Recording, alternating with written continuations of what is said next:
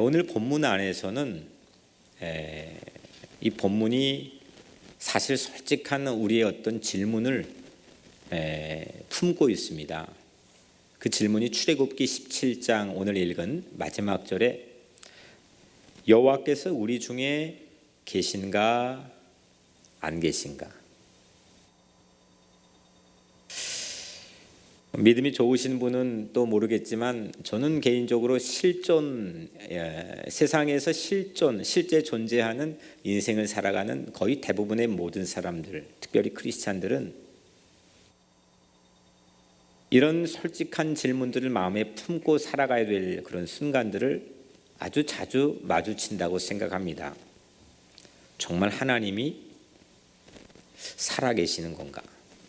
정말 우리 안에, 우리 가운데 하나님이 계시나 계시지 않나?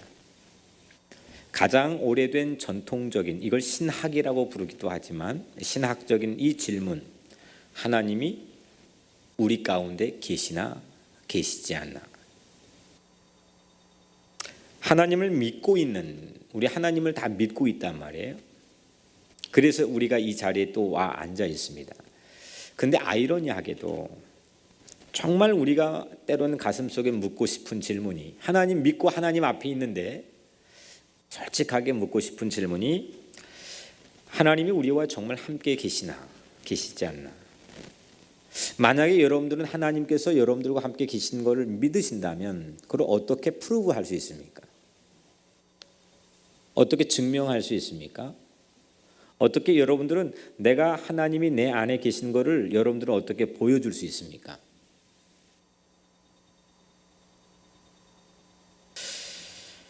함께 계시는 걸 말하지만 실제 그 의문의 물음표는 꼬리를 물고 우리의 삶에 떨쳐내지 못한 채 때로는 우리 믿음을 흔들리게 하는 주범으로 우리 안에서 불쑥불쑥 뛰쳐나올 때가 전 적지 않게 있다고 생각합니다.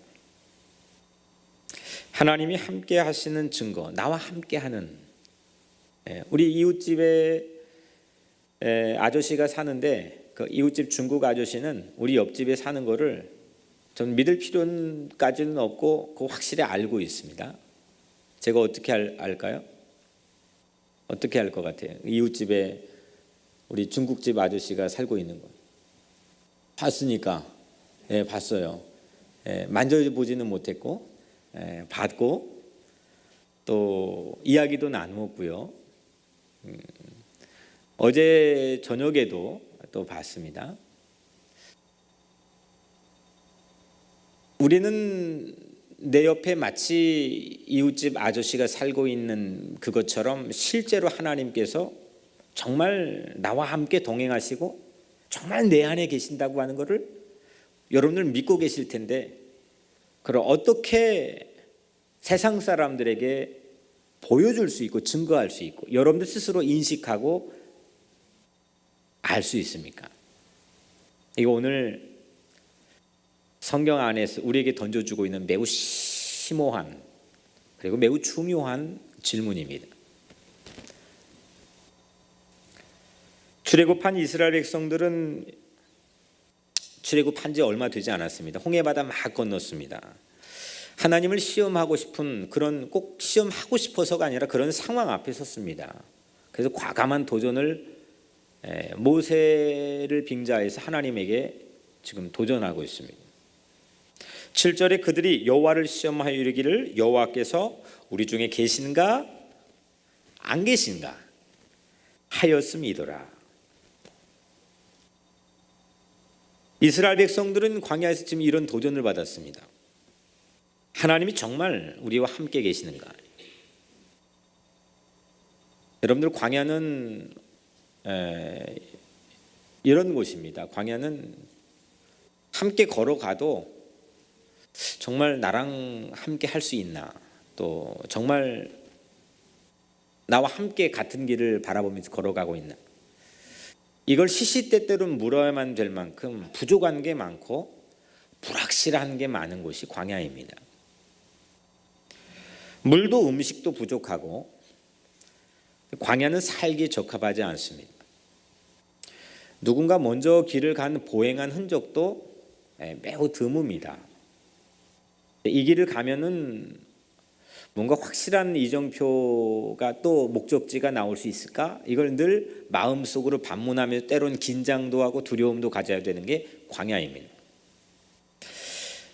제가 몇 년 전에 미 서부의 사막인 데스밸리를 종단을 한 적이 있습니다. 횡단 종단을 했으니까 뭐 거의 유대 광야를 가보지 못했기 때문에 늘 광야에서 복음서나 이스라엘 백성들의 삶의 대부분이 성경 안에 이루어지는데 늘 가장 궁금한 게 실제 광야, 사막은 어떤 모습일까?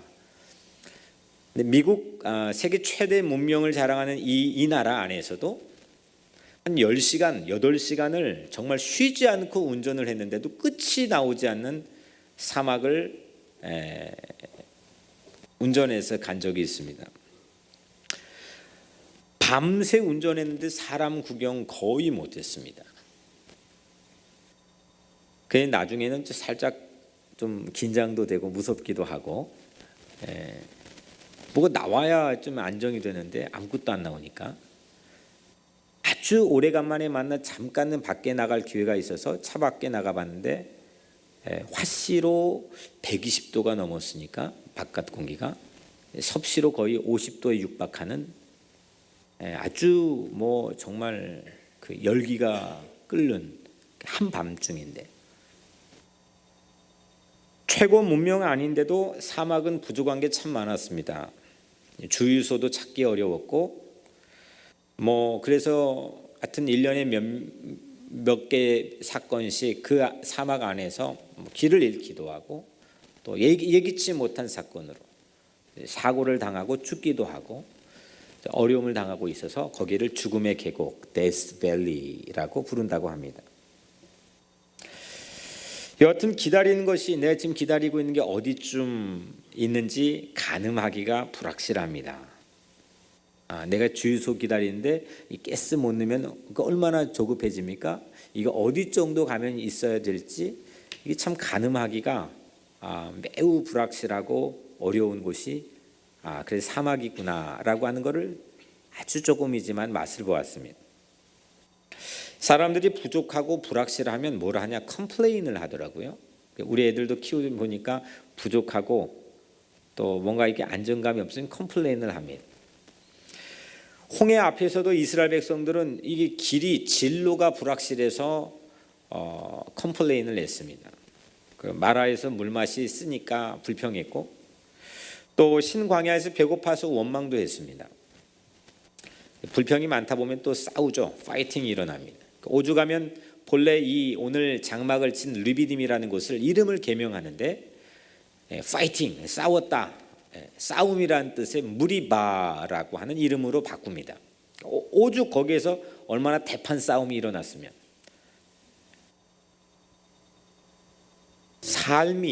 우리의 삶이 이런 광야일 때가 있습니다. 부족한 게 많고 또 불확실한 게 많아서 당황할 때가 있고 우리 삶이 광야 같을 때가 있습니다. 막막하고 부족합니다.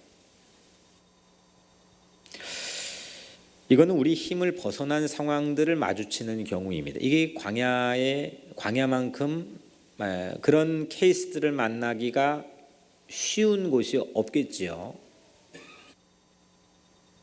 우리 힘을 벗어난 상황에서 그래서 다시 말하면 뭔가 초월적인 내 힘을 벗어난 어떤 상황에서 그래서 내 힘이 아닌 무언가 초월적인 힘이 절대적으로 필요한 그런 광야에서 우리는 하나님의 존재를 물어볼 수 있는 기회, 때론 그게 위기가 되기도 하죠. 하나님이 계신가 안 계신가? 그 물음을 할 수 있는 곳이 광야입니다. 진짜 계신 건가?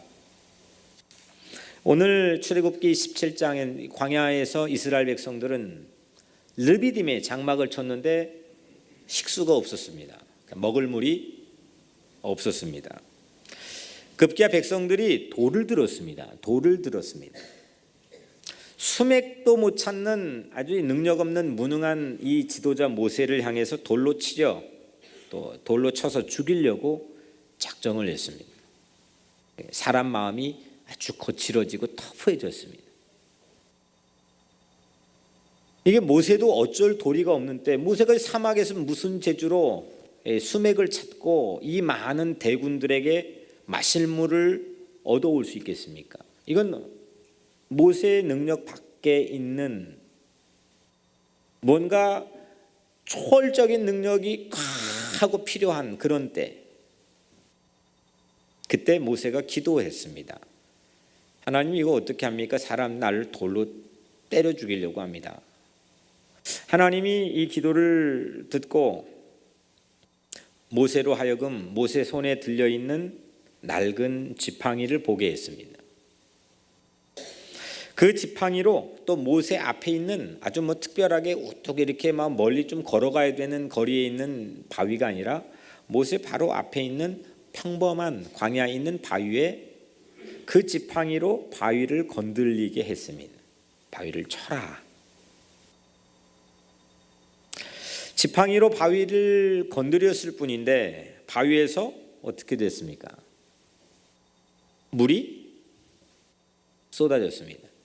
여러분, 한국의 약수터 아십니까? 약수터 가보셨어요? 네.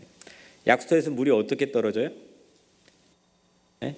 콸콸콸 또 그건 별로 이렇게 가치가 없는 거죠.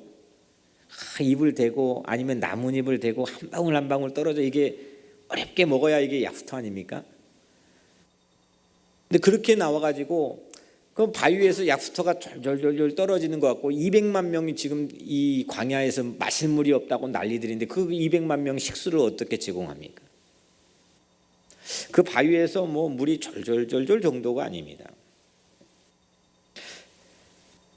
그래서 그 바위를 신령한 바위, 스피리추얼 락으로 해서 이 후대 후손들이 이 바위를 가지고 소재로 시도 짓고 뭐 지금 난리들입니다. 예술을 만들었습니다. 시편 105편 41절, 출애굽한 때가 1400년이니까 400년이 지난 후에, 400년이면 사람은 지금 3.1절 97년 지났는데도 다 뭐 우리 후손들 기억 못하는데 400년 지난 후에 시편 105편에 보면은 반석을 여신즉 물이 흘러나와 마른 땅이 강같이 흘렀으니, 시를 지었습니다. 이 반석을 소재로. 이 반석이 되게 유명해졌습니다. 그냥 물이 졸졸졸졸 정도가 아니고 똑똑똑 정도가 아니고 그 지금 어마어마한 200만 명의 사람들의 식수를 제공할 수 있을 정도로 그 반석에 흘러나온, 반석이 오픈됐는데 거기에서 흘러나온 물이 강같이 흘렀다. 리버가 되었다. 그 바위가 사막에 강을 내었습니다.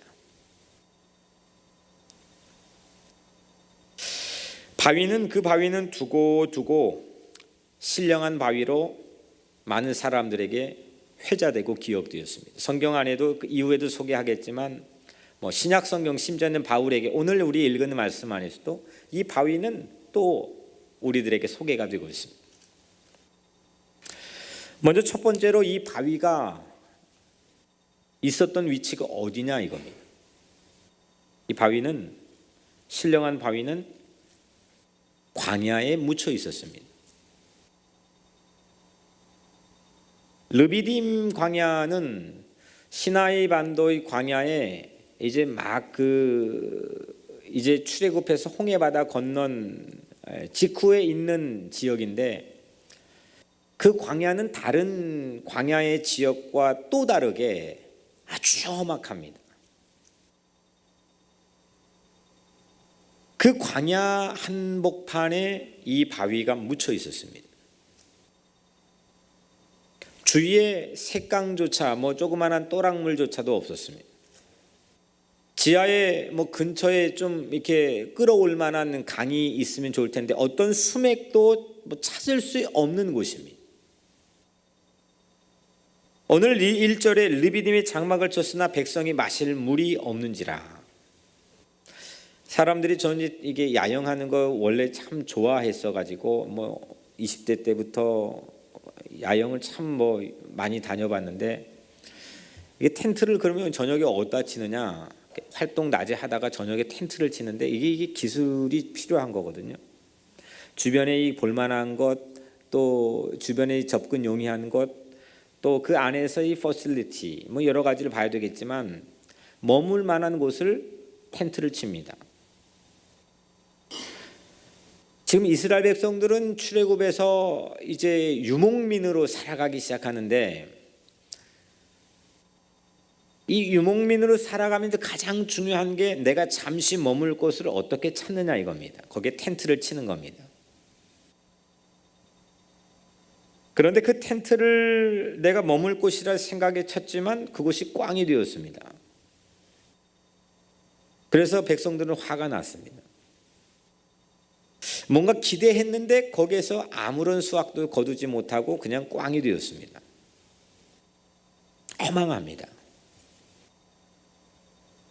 그런데 그 신령한 바위는 그 좌절과 절망을 안겨주었던 그 광야 한복판, 그들에게 실망과 절망으로 인식될 수밖에 없었던 그 광야 한복판, 그 광야 한복판에 그 바위가 묻혀 있었습니다. 모세는 그것으로, 자기 돌로 치려 하는 사람들의 그것으로 사람들에게 나와 함께 하신 하나님, 우리 가운데 계신 하나님을 증명해 주었습니다. 보여주었습니다. 여기서 우리가 한 가지 주목해 봐야 될 것은 물이 바위에서 펑 하고 쏟아졌더라. 우리 이걸 주목해서 이 자체만은 우리 생각하기 쉽지만은, 하나님께서 오늘 모세를 통해서 하나님이 그들 가운데 계신 것을 더 주목하게 한 포인트는 이 바위에 묻혀 있는 로케이션입니다. 위치입니다. 어디에 있었냐 이겁니다. 이건 그들의 능력 밖의 자리, 그들이 좀 머리 써가지고 좀 적당히 60, 40 아니 50, 50 이렇게 해가지고 내 능력과 노력을 어느 정도 투여하고 투자할 수 있는, 그랬다고 말할 수 있는 자리가 아니고 그들의 능력이 완전히 밖에, 그 광야의 한 복판에 이 바위가 묻혀 있었습니다. 바울은 우리가 따랐다고 하지 않았습니다. 내가 좀 알량하게 믿음 가지고 이걸 좀 따랐다고, 이스라엘 백성들이 그 신령한 바위를 가지고 캐내 가지고 다녔다고도 말하지 않았습니다. 그 반석, 신령한 반석을 주목하는 것만으로 놀라운 영적인 감각일 텐데 그렇게 말하지 않았습니다. 반석이신 예수 그리스도가 그들을 따라다녔다고 고백합니다. 우리가 따르면 불평을 합니다. 불평도 하지만 우리를 따라다닌 내 안에 계신 예수를 만나면 은혜가 차고 넘친 줄 믿습니다. 내가 어디에 있건 예수 그리스도가 내 안에 계신 그 결정적 단서가 뭐냐? 우리가 보여줄 수 있는, 하나님이 내 안에 계신 보여줄 수 있는 결정적 단서는 광야에 묻혀있는 신령한 바위인 예수 그리스도, 예수 그리스도의 십자가의 놀라운 능력의 보혈 아닙니다. 요즘 온 교인이 함께 기도하는 우리 김대성 형제, 28살의 이 형제 힘겨운 암투병을 하고 있습니다. 그의 삶이야말로 생생한 광야입니다.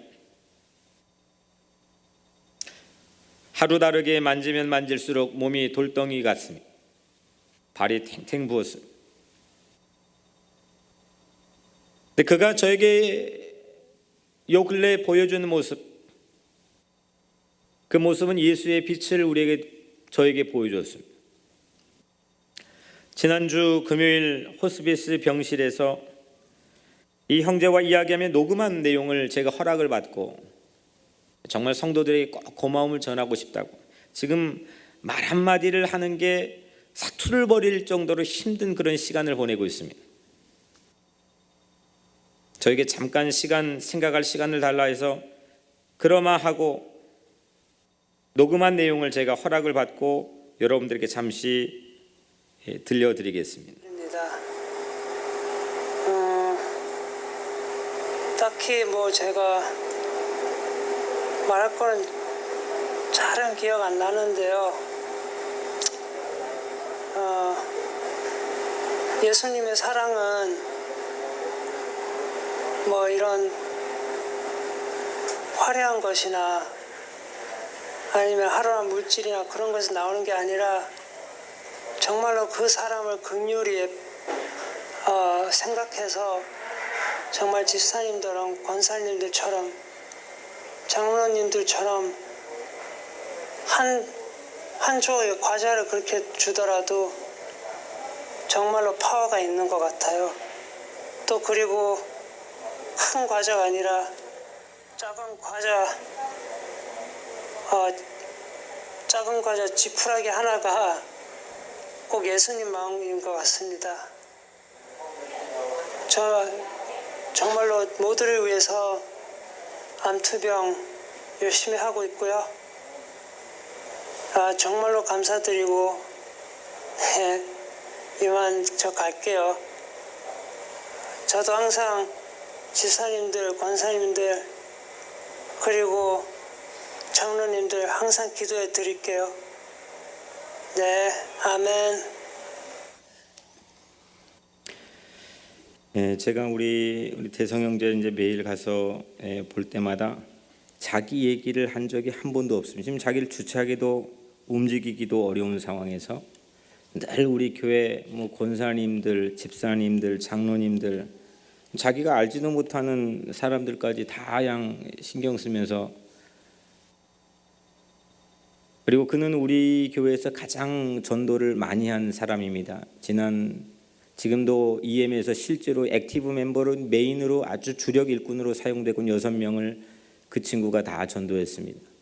전도를 해놓고 끝난 게 아니라 그가 얼마나 그를 위해서 기도하고 한밤중 11시에도 그 친구 전도한 친구가 어려우면 저에게 전화를 상담해달라고 해서 스타벅스에서 만난 적도 있습니다.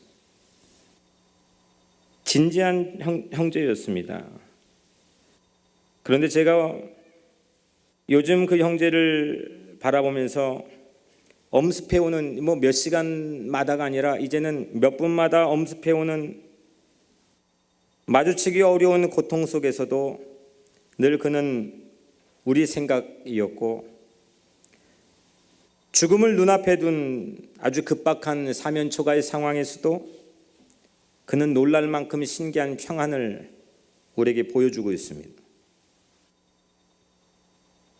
다시 말하면 대성 형제는 자기 안에 계신 지금 광야와 같은 자기 인생 안에 계신 예수 그리스도를 우리에게 보여주고 있습니다. 조금도 의심하지 않고 그래서 제가 야야야 이제는 그냥 마음속에 분노가 있던 뭐가 있건 좀 말해. 자기 힘으로 되는 게 아니라는 겁니다. 조금도 의심하지 않고 말로 모습으로 기도로 사랑으로 그는 어려움 가운데서도 우리에게 예수 그리스도를 보여주고 있습니다. 오늘 이 자리에 서 있는 저 목사보다도 훨씬 더 능력 있는 메시지를 그의 삶을 통해 그의 얼굴빛을 통해 보여주고 있습니다.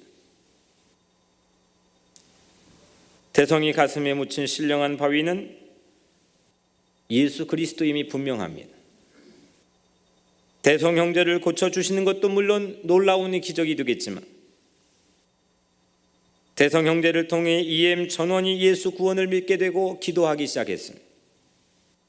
기도하지 않았던 우리 어른들을 깨어 기도하게 하고 철야하게 하고 있습니다.